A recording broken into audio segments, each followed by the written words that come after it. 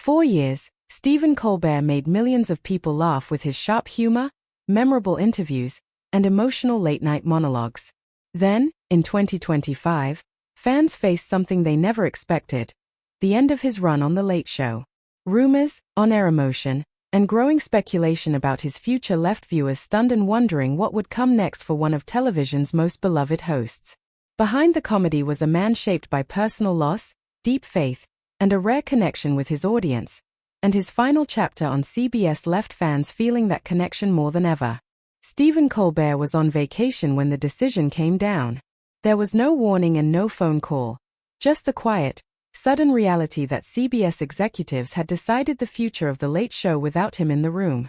He was finally taking a break from the grind of live television while, behind the scenes, the show's fate was already being settled. His manager reportedly knew for weeks but didn't tell him until the decision was final. Colbert learned the truth on the evening of July 16, 2025, and less than a day later he was back at the Ed Sullivan Theatre, standing in front of his audience. CBS had planned to make the announcement on its own terms, but Colbert got there first. He wanted the people who had supported him for years to hear the news directly from him. What followed wasn't angry or theatrical, and that restraint was what made it land so hard. He stood calmly and thanked the nearly 200 staff members who made the show happen every night: writers, producers, camera operators, and stagehands. He thanked CBS for giving him a television home for a decade. Then came the line that hit hardest: he wasn't simply leaving the host's chair for someone else to take over. The entire show was ending. The Late Show itself, a franchise stretching back to 1993, first under David Letterman for more than 2 decades and then under Colbert for 11 more, was disappearing completely. No successor, no relaunch, just an ending. The audience began booing as the news settled in, and Colbert looked out at them, nodded, and admitted he felt the same way. It was a small moment, but it captured everything people loved about him: honest, calm, and unmistakably human even in disappointment. For a few seconds, it felt like the room understood they weren't just losing a host, they were saying goodbye to an era of television. The farewell run was set for the week of May 18, 2026, and from the start it was clear this wouldn't be an ordinary send-off. The opening episode, The Worst of the Late Show with Stephen Colbert, carried a pointed disclaimer: it was not a clip show. Rather than leaning on easy nostalgia, the episode leaned into failure, awkwardness, and the human messiness that had defined his style of comedy from the beginning. Tuesday brought a wave of emotional star power. Jon Stewart appeared alongside Steven Spielberg, David Byrne joined Colbert for a live performance, and Bruce Springsteen was part of the lineup. It felt less like a typical broadcast and more like friends gathering for a send-off.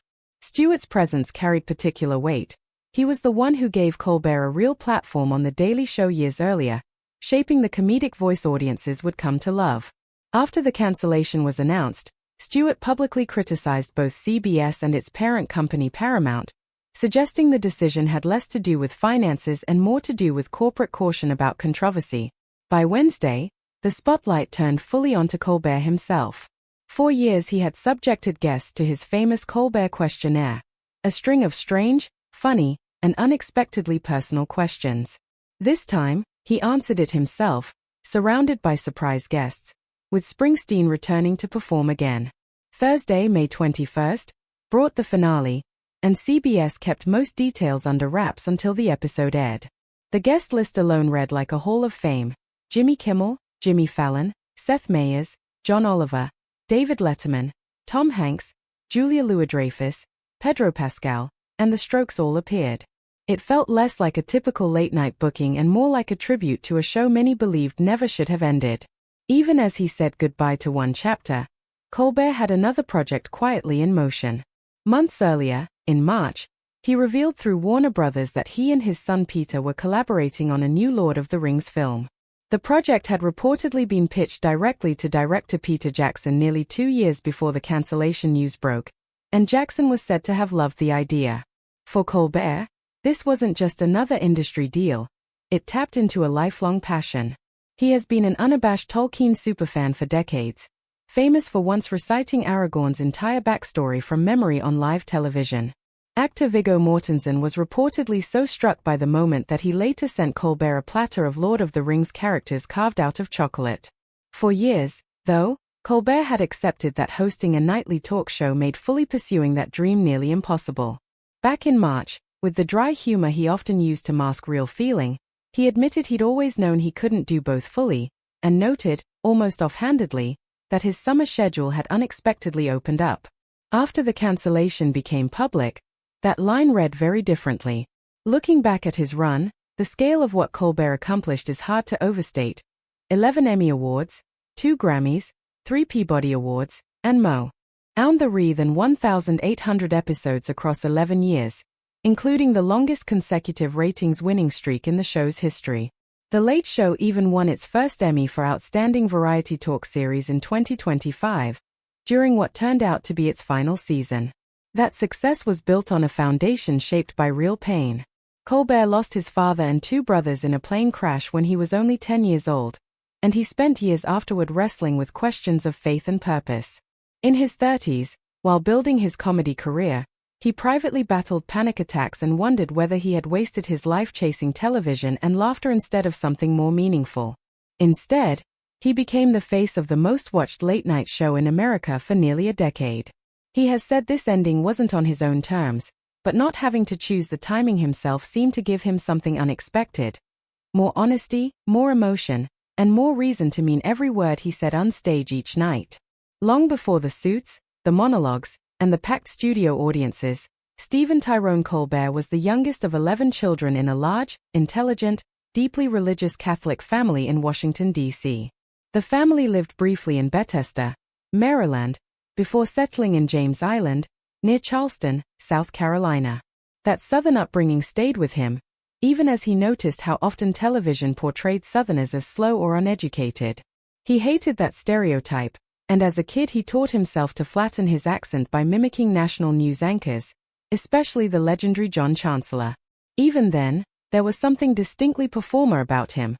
He understood early how much the way a person spoke could shape how others judged them. The defining tragedy of his childhood came on September 11, 1974.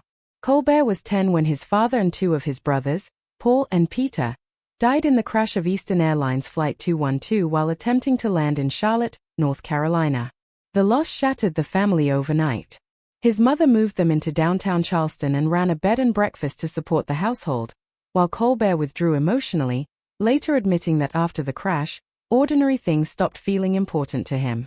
During those isolated years, he found refuge in books, especially science fiction and fantasy, and above all, the work of J.R.R. Tolkien.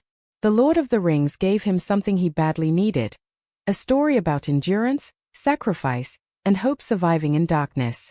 He also threw himself into tabletop role-playing games like Dungeons & Dragons, which he later described as one of his first real experiences with acting and improvisation. At Portergord School in Charleston, he was creative but not especially academically driven, acting in school plays and even briefly singing in a Rolling Stones cover band. For a while he planned to become a marine biologist, but surgery to repair a damaged eardrum left him permanently deaf in one ear, ending the possibility of scuba diving, and with it, that career path. He went on to study philosophy at Hampden-Sydney College, drawn to Stoicism and the writings of Marcus Aurelius, before transferring to Northwestern University to study theater performance, still imagining himself as a dramatic actor rather than a comedian.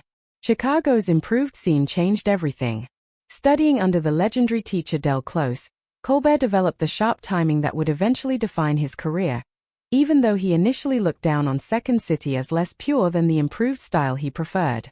Needing steady work after graduation, he took a job answering phones and selling souvenirs at Second City's box office, which gave him free access to improved classes. That access opened the door to the touring company, where he met Amy Sedaris and Paul Dinello, collaborators who would shape much of his career. The three didn't get along at first, but eventually became inseparable, bonded by a shared sense of humor that was strange, smart, and distinctly different from mainstream television comedy. Years of uncertain work followed: a failed Saturday Night Live audition, twice, a brief stint on the short-lived but star-studded Dana Carvey show, whose writing staff included Steve Carell and Charlie Kaufman, freelance writing, voice work on the ambiguously gay duo, and unaired correspondent pieces for Good Morning America. That last gig, ironically, led to his break. His agent connected him with Daily Show producer Madeleine Smithberg, who gave him a tryout in 1997. Same time, he reunited with Sedaris and Dinello to create Strangers with Candy, a deliberately